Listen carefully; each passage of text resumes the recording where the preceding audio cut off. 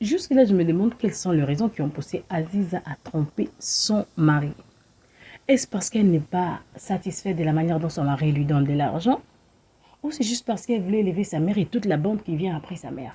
Et si la raison pour laquelle Aziza a trompé son époux est de trouver de quoi nourrir sa mère et la suite qui vient après sa mère, Aziza pouvait tranquillement rembourser la dot de papa Alain.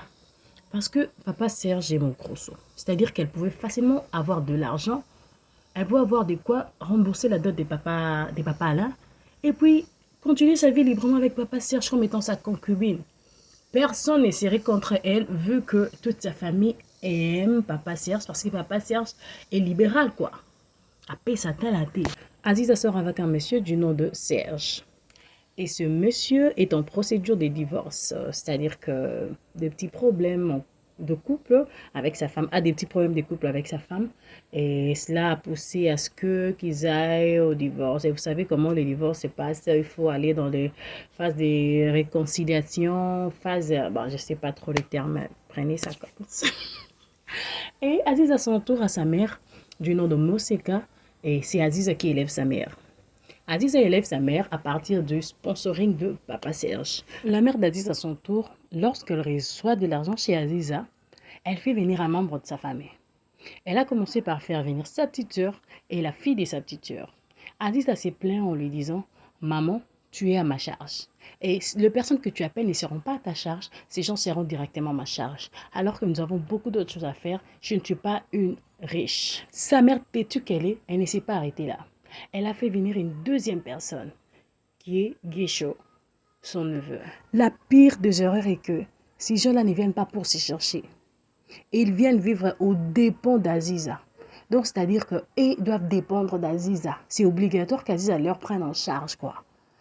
Ils ne peuvent pas se chercher parce qu'il y a une Aziza qui a un monsieur du nom de Papa Serge qui donne de l'argent, donc à tout moment qu'il y a un besoin.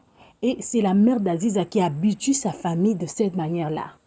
C'est-à-dire que tu peux demander de l'argent au concubin de ta fille, n'importe qui, les membres de ta famille, tout le monde peut demander de l'argent au concubin de ta fille comme ça. Donc, il n'y a pas de limite, il n'y a aucun respect. Imaginez que Guécho et Maria pouvaient manquer du respect à Aziza juste parce qu'Aziza a demandé à ses frères qu'ils sont de chercher quoi faire, des façons qu'ils puissent s'entraider. Quand elle met un 50, les autres peuvent mettre 30, 20 et ça va aider à ce que la maison ait quand même de l'équilibre. Et cette phrase, voire même la mère d'Aziza, répétez cela à Aziza. Est-ce que c'est de ton argent que nous vivons dans cette maison? Nous ne vivons pas de ton argent, nous vivons de l'argent de papa Serge. Hey! Et c'est elle qui a habitué sa famille comme ça, c'est ce qui m'énerve. Comment faire de ton enfant un cheval pour les membres de ta famille? Alors que vous avez de jeunes gens dans votre famille qui peuvent être, donc qui peuvent se chercher et qui peuvent vous aider, vous les personnes âgées. Sa fille lui a autrefois dit, maman, je n'ai encore rien construit. Je n'ai pas encore épargné. Donc, elle n'y pense même pas. Et elle-même, en tant qu'une mère sage, elle devait avoir quelque part où elle garde quand même un tout petit peu d'argent. Non, elle ne pensait que faire venir l'enfant de X et de Y pour passer des vacances à la maison, alors qu'elle n'a rien. Et cet argent-là devait venir de la poche de Aziza. Et les vacanciers, c'est en dehors de ceux qui venaient du village. Imaginez. Papa Serge rompt avec Aziza. Parce qu'entre lui et sa femme, les choses se sont arrangées. Il rompt, il retourne vers sa femme. Et Aziza reste comme ça. La maman d'Aziza a mis la pression sur Aziza. Non, il faut l'appeler, tu vois, même si sa femme est là, c'est pas ton problème, quoi. Aziza lui a dit, non, je suis une femme. Je suis une belle femme, je vais me trouver un autre homme. Je n'ai pas appelé un homme pour commander de l'amour, encore pour commander quoi que ce soit. Aziza trouve un autre monsieur du nom de Alain Mabana. C'est alors que ce monsieur venait, sérieux, et a épousé Aziza.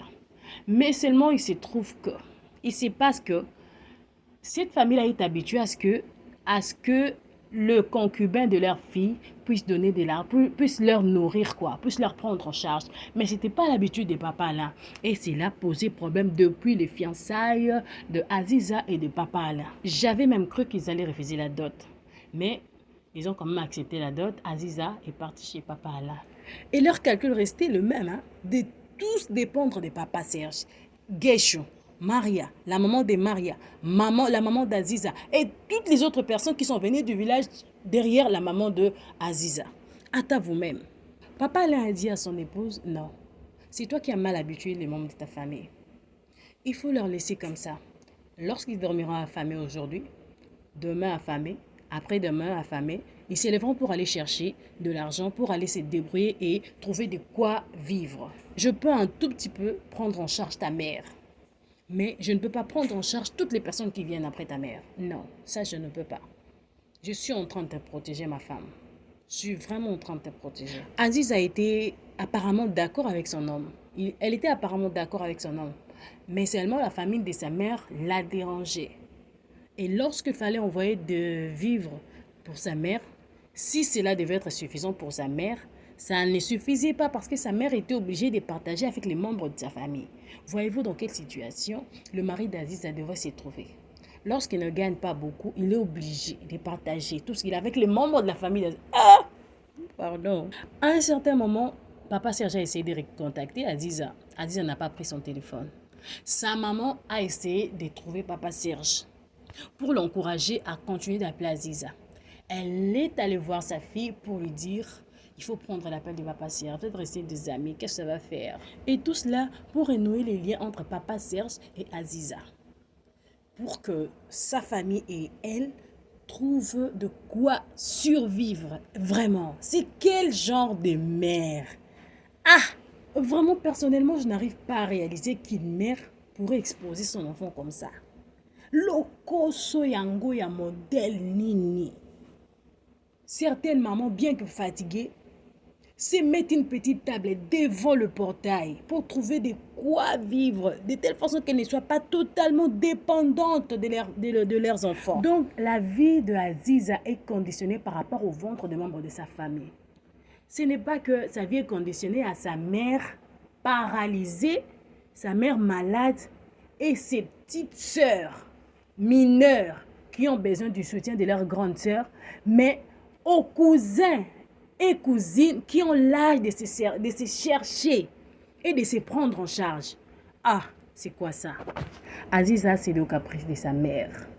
Elle a renoué les liens avec papa Serge et a commencé à mentir son époux. Elle est allée en retraite. Arrivée à la retraite, les seigneurs ont orienté autrement et il fallait ajouter quelques jours. Mais Aziza n'a pas signalé à son époux. Son époux a tâtonné quoi. Un jour, maman Top, qui est la grande sœur de papa Alain, est passée et lui a dit non, ta femme devait t'appeler. Ça, c'est un manque de respect. C'est une femme mariée, nous ne refusons pas que Dieu peut donner des directives. Mais ça ne devait pas se passer comme ça. Papa Serge a défendu sa femme comme tout homme qui respecte son épouse et qui l'aime. En retournant de sa retraite, Aziza a eu un accident. Elle a été sage, sachant qu'elle était avec son concubin. Elle a donné le numéro de sa mère. C'est sa mère qu'on a appelée. Et c'est sa mère qui a informé son époux. Et voyez-vous, hein, lorsque son époux arrive à l'hôpital, il devait poser des questions. Où sont les membres de l'église qui étaient avec ma femme? Et je crois que c'est par là que papa Alain a su que sa femme était avec son concubin. Et pour que vous vous rendiez compte que la maman d'Aziza, c'est une égoïste, elle ne pense qu'à elle. Après cet accident, elle et sa petite sœur sont allées accompagner Aziza chez son époux. Parce que son époux a accepté de garder sa femme. Mais regardez comment est-ce que se sont précipités à partir alors qu'Aziza se sentait mal à l'aise de rester en cet endroit. Aziza n'a plus les jambes pour marcher. Donc, elle ne sait pas fuir son époux. C'est-à-dire qu'elle est obligée d'être là, d'affronter son époux. Mais sa mère... Qu'est-ce qu'elle a fait? Elle s'est précipitée de partir. Elle devait être là pour sentir la douleur de sa fille, compatir avec elle, l'aider à affronter son mari. Parce qu'elle savait, si elle et sa sœur sont vite parties, c'est parce qu'elle sentait cette honte-là. Imaginez maintenant Aziza qui n'a pas de jambes, affronter son époux. Elle n'a même pas les moyens de se déplacer par elle-même, fuir même dans la toilette pour fuir les regards de son homme. Mais voilà, sa mère est partie. Elle a dit, maman, non, tikala pa mobali nao. Tala famille au pognon koufé là.